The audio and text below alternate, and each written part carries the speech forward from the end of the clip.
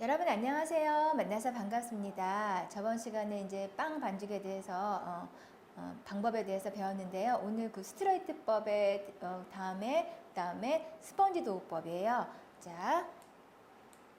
자, 스펀지 도우법이라는 거는 조금 스트레이트법은 그 한꺼번에 넣고서 하는 반죽인데요. 이 스펀지 도우법은 반죽을 두 번 한다고 보시면 돼요. 자, 그러면 처음에 반죽을 스펀지, 낮은 반죽을 본반죽. 자, 처음 반죽을 스펀지, 낮은 반죽을 본반죽이라고 했어요. 두 번 하니까 중정법. 스펀지 도우법을 다른 말로 옆에다가 다시 한번 중정법이에요. 반죽을 몇 번 한다고요? 두 번 하는 거예요. 자, 첫 번째는 스펀지, 그 다음에는 낮은 반죽을 본반죽. 암기를 하셔야 될 거예요. 왜냐면은 시험 문제에 출제가 되고 있으니까 가끔씩 물어보는 문제로 많이 나오기도 해요. 자, 그러면 스펀지 도법이 어떤 건지 다시 자세하게 공부를 해보도록 하겠습니다. 두 번 한다 그랬죠? 중정법이에요. 자, 어떻게? 자, 밀가루를 100으로 보고 있어요. 그래서 처음에 밀가루 60, 40 이렇게 나는데 첫 번째 스펀지 비율이고 그 다음에 본반죽의 비율이에요. 먼저 반죽을 하는 거예요. 먼저 강력분, 이스트 푸드, 그 다음에 물 한 55에서 한 60% 정도 넣고 믹싱을 막 한 다음에 자, 어느 정도 뭉쳐졌죠. 이 뭉친 반죽에다가 나머지 밀가루, 그 다음에 물 나머지 넣으시고 그 다음에 소금이라든지 설탕, 유지, 탈지분유 이거 나중에 넣는 거예요. 그래서 두 번 믹싱하는 거예요. 요거를 중정법 아니면 스펀지 도법이라고 합니다. 꼭 기억을 해두셔야 되고요. 요즘에는 그 건강빵으로 웰빙빵으로 많이 만들잖아요. 보통 이런 방법을 사용하고 있으니까 아시고 계시면은 조금 더 많이 도움이 되실 거예요. 자, 그러면 스펀지 도우도 마찬가지로 항상 배합표를 작성을 해야 돼요. 자, 미리 작성한 배합표대로 재료의 무게를 정확하게 재셔야 되고요. 또 가루 재료는 섞어서 체에다 내리는 거예요. 체질을 하셔야 되고, 자, 사용할 물의 반죽의 온도에 맞게 반죽 온도를 조절하셔야 됩니다. 그런 다음에 이제 재료 계량합니다. 거의 스트레이트법하고 동일하세요. 자, 만드는 방법이 약간 틀릴 뿐이죠. 자, 스펀지 만들 거예요.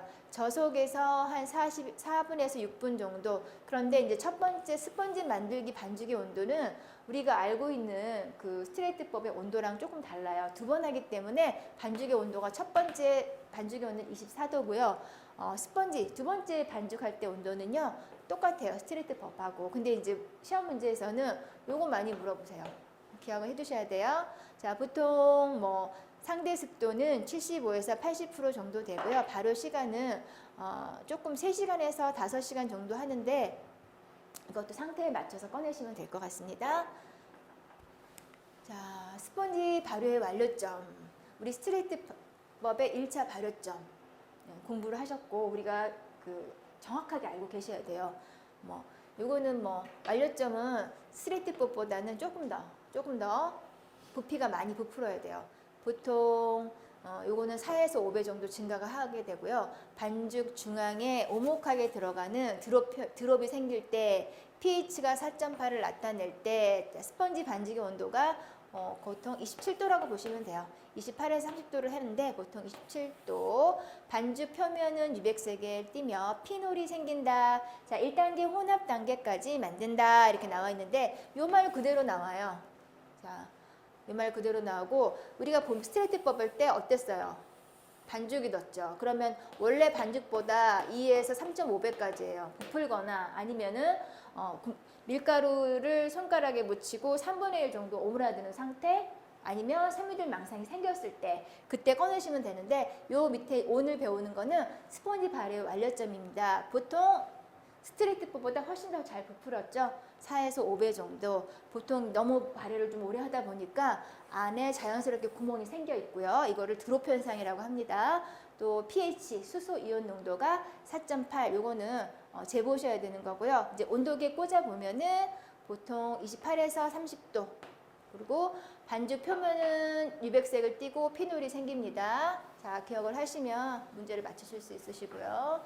자, 본 반죽을 만들어 볼게요. 자, 스펀지 반죽과 본 반죽 두 번을 하기 때문에 본 반죽. 자, 중정법, 스펀지 도우법이라고 했어요. 자, 통상 27도예요. 반죽의 완료점은 반죽이 부드러우면서 잘 늘어나고 약간 처지는 상태라고 보시면 되고요. 자, 플로우 타임. 자, 플로우 타임.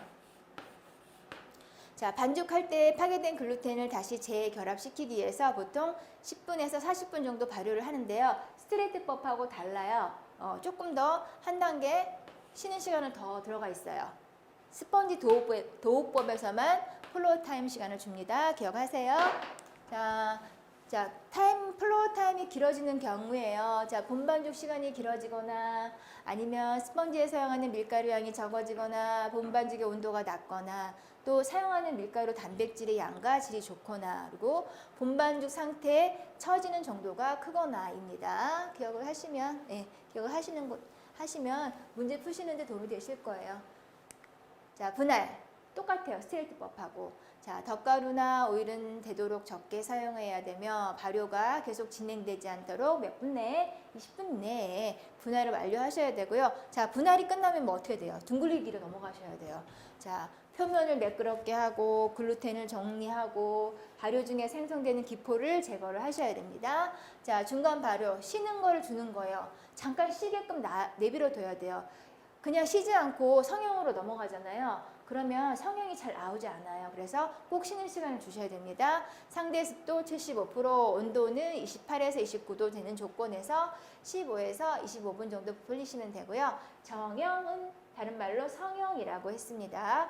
중간 발효된 반죽을 틀에 넣기 전에 모양을 내거나 충전물을 넣는다. 자, 식빵류는 밀대로 밀어 편 다음에 접어 밀어 말아 봉한다. 자, 팬딩이죠. 자, 성형한 반죽의 마무리 부분이 바닥 쪽으로 향하게 하셔야 돼요. 만약 꼬맨 쪽이 위로 가게 되시면요. 위로 넘어가게 하시면은 저희가 2차 발효하는 동안에 그 꼬맨 쪽이 그 발효하면서 터져서 모양이 굉장히 예쁘게 나오지 않아요. 자, 꼭 기억하시고, 자, 2차 발효는 35에서 43도입니다. 자, 보통 발효실에서 30에서 1시간 동안 발효시키면 되고요. 자, 마찬가지로 지금 스펀지 도우법하고 스트레이트법 거의 동일해요. 반죽의 크기라든지 반죽의 배합의 종류, 제품의 종류에 따라서 오븐 온도를 조절하셔야 되고요. 큰 빵은 낮은 온도에서 길게, 적은 빵은 높은 온도에서 짧게 구우시면 됩니다. 냉각, 각 구워낸 빵의 온도를 35에서 40도로 식히면 되는 것입니다. 자, 그러면 스트레이트법의 순서하고 스펀지 도우법의 순서를 다시 한번 짚어드릴게요. 자, 먼저 제빵법 결정하는 건 똑같아요. 배합표 작성하는 것도 똑같고 재료 계량하는 것도 똑같았어요. 이제 원료의 전처리 하셔야 되는데 뭐 여기에서도 마찬가지로 그냥 원료 전처리 들어가 있어요. 먼저 다른 건 뭐예요? 밑에 거는 중정법이기 때문에 반죽을 두 번 한다고 보시면 되는 거예요. 그래서 여기는 바로 반죽을 믹싱을 하실 거고요. 그 다음에 1차 발효 넘어갈 거고 분할, 둥글리기, 중간 발효. 자, 중간 발효 다른 말로 뭐라 그랬어요? 벤치 타임이라 그랬어요. 벤치 타임. 자, 벤치 타임 하시고 자, 이 시간이 없으면 성형이 예쁘게 안 나옵니다. 정형, 그다음 패닝, 2차 발효, 굽기, 냉각. 슬라이스는 식빵, 잘게 쪼개는 거. 그래서 포장해야 되겠죠. 자, 그러면 중정법 볼게요. 자, 여기 스펀지 만들어요. 먼저 반죽하고 그 다음에 스펀지를 발효를 해서 다시 그 발효된 거에다가 재료를 잰 거에다가 다시 한 번 더 믹싱을 하는 거예요. 그게 스펀지 도우법 중정법이에요. 자, 도우 만든 다음에 이때 플로우 타임 시간을 주는 거예요. 이때. 자, 플로우 타임 시간 주고 다시 전처리 하시고 그다음 분할, 둥글리기, 뭐 중간 발효, 정형, 패닝, 2차 발효, 굽기, 냉각, 슬라이스, 포장입니다. 자, 그러면 스트레이트법의 장단점을 볼게요. 자, 비교를 해보면요. 장점을 보시면은 스트레이트법은 굉장히 제조 공정이 간단해서 시간이라든지 설비, 노동력이 줄어들어요. 그리고 또 시간이 중정법에 비해서 시간이 짧죠. 중정법은 반죽을 두 번 해야 되기 때문에 발효 시간이 훨씬 더 길어요. 그래서 이 스트레이트법은 발효 시간이 짧아 발효 손실이 적고 맛과 향이 좀 신선한 편이고요. 그다음에 단점이라고 보시면 작업의 융통성을 발휘할 수 없어요. 반죽을 수정하기 불가능하고 발효 내구성이 약하고 부피가 작고 그다음에 제품의 결이 고르지 못합니다. 또 노화가 빠릅니다. 스트레이트법의 단점이에요. 자, 앞에 거. 자, 액체 발효법은 조금 틀린데요. 그 이스트라든지 이스트푸드 다른 말로 뭐라 그랬어요? 제빵, 계량제라고 보시면 될 것 같아요. 자, 물, 설탕, 분유 등을 섞어서 온도 30도에서 한 2시간에서 3시간 발효시킨 액종. 자, 온도 몇 도? 요거 가끔 출제되고 있어요. 30도 몇 시간, 2시간에서 3시간 정도 발효를 시켜서 액종을 만들어요. 그런 다음에 스펀지 도우법의 변형이라고 보시면 됩니다. 그래서 이 스펀지 도우법에서 스펀지에 생기는 발효에서 생기는 결함을 없애기 위해서 만들어진 제조법으로 완충제를 분유로 사용하고 있어요. 완충제를 분유, 다른 말로 아미드법이라고 합니다. 아미드법. 시험 문제는 이렇게 나오고 있어요. 30도, 자, 이스트 푸드, 물, 설탕, 분유를 섞어서 완충제로는 분유, 다른 이름은 아미드법이에요. 자, 액체 발효법의 장점은요. 한꺼번에 많은 양을 발효하고 균일한 제품의 생산, 공간 설비를 감소시키고, 단점은 산화제라든지 환호제, 연화제가 필요합니다. 자, 연속식 제빵법이에요. 액체 발효법이 조금 더 발달된 거.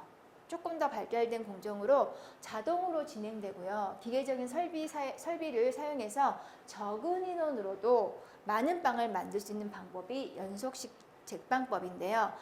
장점을 보시면은 인력이 감소하고 발효 손실이 줄어들고요. 믹서라든지 발효기, 분할기, 환목기 등이 필요 없어서 설비 면적이 감소하고요. 그다음에 단점은 일시적인 투자비가 많이 든다는 단점이 있습니다. 자, 제반죽법, 스트레이트법, 저희 스트레이트법 공부했죠. 그거의 변형이에요. 재료를 넣는 건 마찬가지인데요. 물을 조금 넣어요. 나머지 요 정도 100에서 20% 넣고 80% 남겨두었다가 발효한 다음에 나머지 물을 넣는 방법이에요. 장점은 기계의 내성이 양호하고요. 기계 잘 돌아가고요. 균일한 제품이라든지 식감과 색이 양호한 편입니다. 자, 노타임 반죽법이에요. 자, 노타임 반죽법은 어떤 거냐면요. 저희가 빵을 만들 때 이스트를 넣는데요. 요 반죽법을 사용하게 되면요. 이스트 없이 그 밀가루를 생화학적인 숙성을 산화제와 환원제를 사용함으로써 믹싱 시간이라든지 발효 시간을 단축시켜 버립니다. 그래서 바로 자, 믹싱 배합한 다음에요. 성형으로 가요. 1차 발효 없이. 성형으로 가서 2차 발효를 하는 제빵법이 노타임 반죽법이에요. 그래서 제조 시간이 뭐 절약되고 빵의 속결이 좀 치밀한 편이고요. 부드럽고 흡수율이 좋다고 합니다. 자, 비상 반죽법. 비상 반죽법은 저희가 단팥빵하고 비상식빵을 비상 반죽법으로 하고 있어요. 보통 빵을 만드는데 4시간 걸린다고 보시면 되는데 이 방법으로 하시면은 1차 발효 시간이 굉장히 짧아지기 때문에 보통 2시간 40분 정도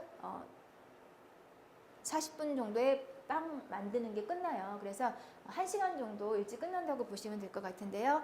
자, 표준 스트레이트법 또는 스펀지법을 변형시킨 방법이에요. 기본적으로 표준 반죽법에 따르는데요.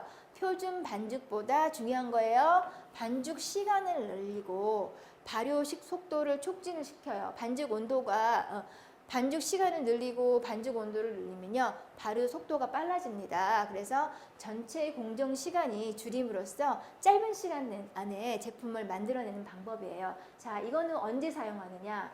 자, 기계가 고장 났거나 아니면은 비상 상황이 생기거나 급하게 빵이 빨리 필요할 때나 계획된 작업에 차질이 생겼을 때나 그리고 갑작스런 주문을 빠르게 대처할 때 보통 비상 반죽법으로 사용하고 있습니다. 또 이 방법을 알아두셔야지만 저희가 단팥빵이라든지 비상 식빵을 만들 때 응용하실 수 있으세요.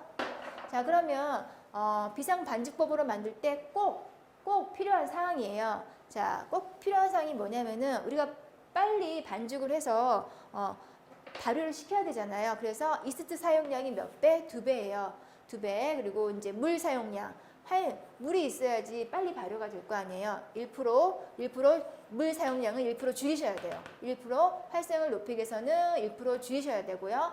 또 껍질색을 맞추기 위해서는 설탕 사용량을 줄이는 거예요. 물하고 설탕은 줄이고 이스트 양은 2배로 하고요. 대신에 또 반죽 시간을 늘리셔야 돼요. 반죽 시간을 늘리셔야 돼요. 그래서 이 반죽의 신장성을 향상을 시켜야지만 보통 때 봐도 보통 반죽을 오래 해야 돼요. 자, 우리가 반죽의 믹싱을 최종 단계에서 믹싱을 100%로 잡고 있어요. 100%로 잡고 있는데 이 비상 반죽법은 120%라고 보시면 돼요. 120%. 그래서 믹싱을 조금 더 오래 한다.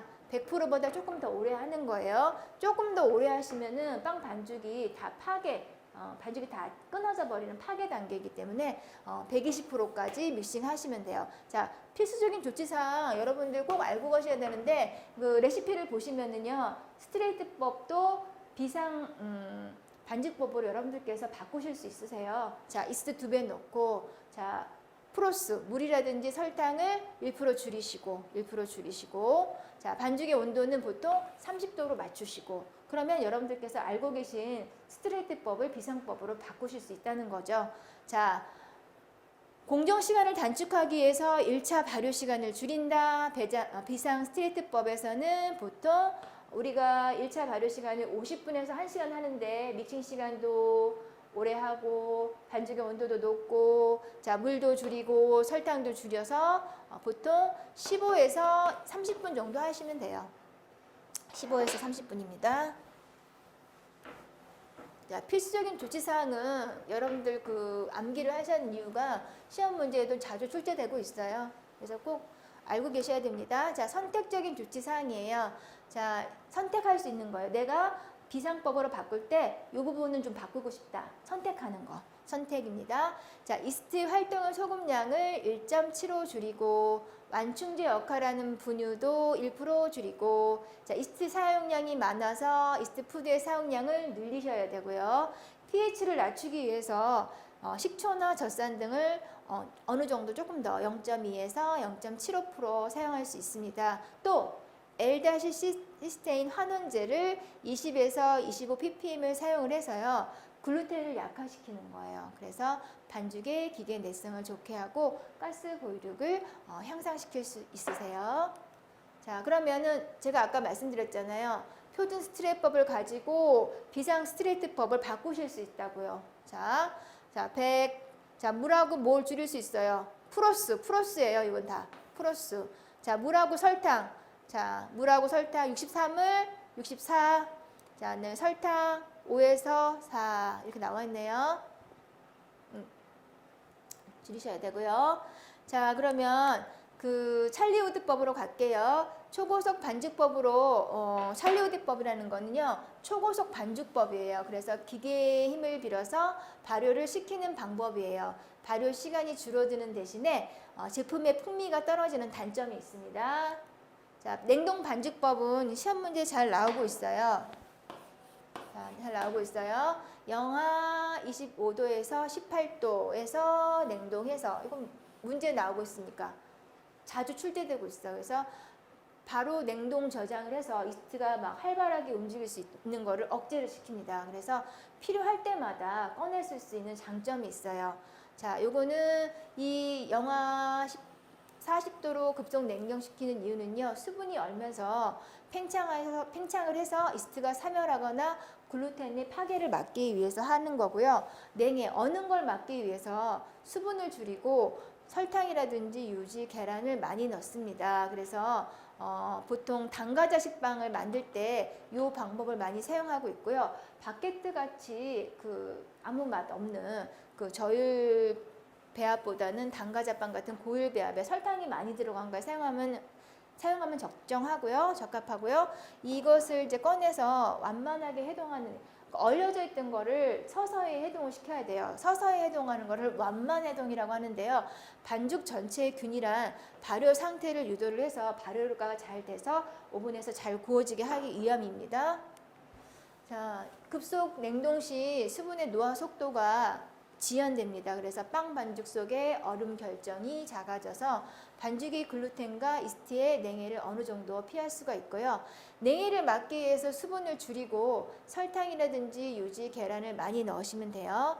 또 냉동 저장 시 이스트가 죽음으로써 환원성 물질인 글루타치온이 나와서 반죽을 좀 되게 믹싱을 하셔야 돼요.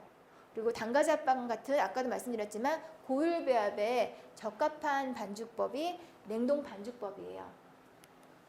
자, 장점은요. 제조 시간이 단축이 되고요. 부피가 크고 양호한 결과 제품의 노화가 지연되고 다품종 소량 생산. 자, 당과자 식빵 안에는요. 단팥이 들어가거나 아니면 크림이 들어가거나 해서 약간씩 조정하실 수 있어요. 반죽 한 개에다가 뭐 단팥을 집어넣을 수 있고 앙금도 집어넣을 수 있고 다품종 수량 생산이 할 수 있고 다 작기 때문에 운송이나 배달이 용이해요. 자, 단점은 가스 발생력이 저하되기 쉽고요. 자, 반죽이 퍼지기 쉬워요. 그리고 많은 양의 산화제를 사용해야 돼요. 자, 그리고 가스 보유력이 저하가 되고요. 자, 오버나이트 스펀지법입니다. 자, 오버나이트 스펀지법으로 사용하는 반죽법이에요. 밤새. 자, 밤새라는 거는 하루, 반나절. 자, 12시간에서 24시간 발효를 시킨 다음에 이 스펀지를 이용하는 방법입니다. 자, 문제에서는요. 발효 손실이 가장 큰 거 오버나이트 스펀지법이에요. 자, 이 반죽은요. 효소의 작용이 천천히 진행이 되어서 글루텐이 강한 신장성을 갖기 때문에 반죽의 가스 보유력이 좋아집니다. 그래서 발효 시간이 길기 때문에 작은 이스트로도 천천히 발효할 수 있습니다. 그래서 우리가 이제 딱 먹었을 때 식감이 굉장히 좋아요. 그래서 제품의 풍부한 발효 향을 지니게 된다. 자, 문제에서는 밤새 몇 시간? 12시간에서 24시간. 그 다음에 발효 손실이 최고로 큰 거 오버나이트 스펀지법이에요. 자, 4호 정법이라고 나와 있는데요. 이스트를 사용하지 않고 호밀가루, 자, 호밀가루나 밀가루의 대기 중에 존재하는 이스트나 유산균을 물과 반죽을 해서 발효종을 이용하는, 배양해서 발효종을 이용하는 제빵법이에요. 이 방법은 뭐냐면은, 자, 물에다가 밀가루를 섞어놔요. 그러면은 그 이스트나 유산균이 어느 정도 종을 만들어줘요. 종을 만들어서 부풀게 해주는 역할을 하고 있습니다. 그래서 이 반죽은 풍미가 개량된다거나 반죽이 굉장히 잘 늘어나고 또 수분이 많기 때문에 노화도 억제되고 보존성도, 수분이 많으면 보존성이 따라낸다 그랬죠. 보존성도 향상이 되고, 이 샤워라는 말은요. 의미는 시다, 시큼한 뜻을 가지고 있습니다. 자, 이제 단답식으로 다시 한번 문제 풀어볼게요. 스펀지법에서 스펀지 반죽의 온도는 몇 도라고 그랬나요? 24도. 본 반죽은요? 27도입니다. 자, 플로우 타임 중종 스펀지 반죽법에서 본 반죽 끝내고 분할하기 전에 발효시키는 공정이라고 말씀드렸어요. 자, 스펀지 발효점은 일반적으로 처음 반죽의 부피의 몇 배까지 팽창되는 게 가장 적당한가 시간으로 물어보는 거, 이런 상황의 문제죠. 3시간에서 5시간입니다. 자, 액체 발효법의 액종 발효 시 만충제 역할을 하는 거 탈지분유입니다. 자, 장시간 발효 과정을 거치지 않고 배합한 후 그냥 2차 발효 하는 거 뭐였어요? 노타임 반죽법이었죠. 자, 비상스트레이트 반죽법의 온도는 몇 도였어요? 30도. 자, 냉동 반죽법은 1차 발효를 끝낸 반죽은 영하 25에서 영하 18도에 냉동 저장을 해야 되고요. 냉동 반죽법은 믹싱 후에 반죽의 결과 온도는 20도예요. 20도. 자, 이스트 활동을 억제하고 급속 냉동 시 냉해를 막기 위함입니다. 자, 여기까지 수업을 해봤는데요. 시험 문제에서는 스펀지 도우법하고 그다음에 그 냉동 발효, 냉동 반죽법, 노타임 반죽법에 대해서 물어보는 문제가 나오니까 정리 잘 하시고요. 여기까지 저희가 반죽법에 대해서 알아봤습니다. 수고하셨습니다.